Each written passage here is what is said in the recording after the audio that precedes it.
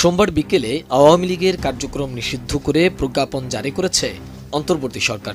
Supreme কোর্টের আইনজীবী doctor Zahed ইকবালের উদ্ধৃতি দিয়ে বিবিসি বাংলা বলছে, আইনটিতে সবশেষ যে পরিবর্তন অন্তর্বর্তী সরকার এনেছে তাতে এই আইনের আওতায় নিষিদ্ধ করার পর দলটির পক্ষে যায় এমন কোনো প্রচারণাও করা যাবে না।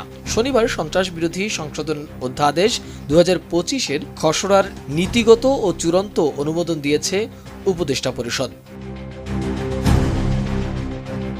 তবে দলকে নিষিদ্ধ না করে দলীয় কার্যক্রম নিষিদ্ধ করার বিষয়টি নিয়েও বিতর্ক তৈরি হয়েছে।